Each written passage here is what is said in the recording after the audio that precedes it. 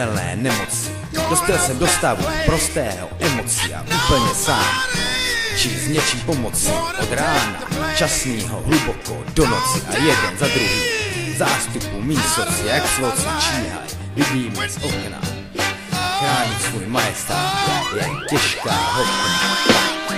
Ano, marná snaha už je pode mnou nahá, moje nejdražší drahá a jen vteřinu váha. S napětím sleduju, jak na sebe sahá.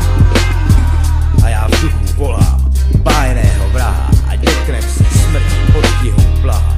Jsme sebe plní, jak turistů Praha. A já hochy znám, když mají zlost, tak dáme plán, já jsem stále jej host, to je můj post.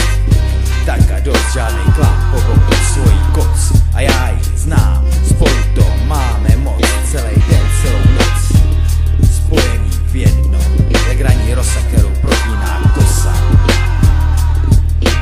A nové myšlenky a nové dojmy, ať užiju obrazu, matrénu, pojmu. K nástínu procesů v mozkové kůži a nejde to lépe a nejde to hůře.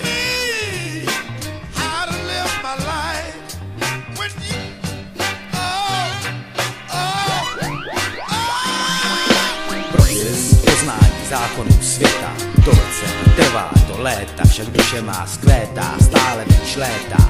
Skryté vazby a spojení náhá, jsem vděčnej za to, že si tak sáhla a sebou do hlubin všeho zde stáhla a cestu řídila, táhla. Reakční způsob vývoje našeho pokroku, skokem se vzdále rok od roku, a říkej mi pane, říkej mi otroku. Svou duši se všechno svěřil jsem tobě, pošleš mě do nebe, vypořbíš v hrobě, musím ti věřit, tak jako ty mě. Jo, i když ne, v létě i v zimě, kryju tě, kryj mě, líbej mě, bí mě, ty jsi ta příčina životní změny, ty se mnou trávíš noční směny a já taky, no nebuď debil, švestka a mraky, tygry a draky. Všechno jsme řekli a něco zapsali, reakčních textů už mraky napsali, takže těch se neznáme.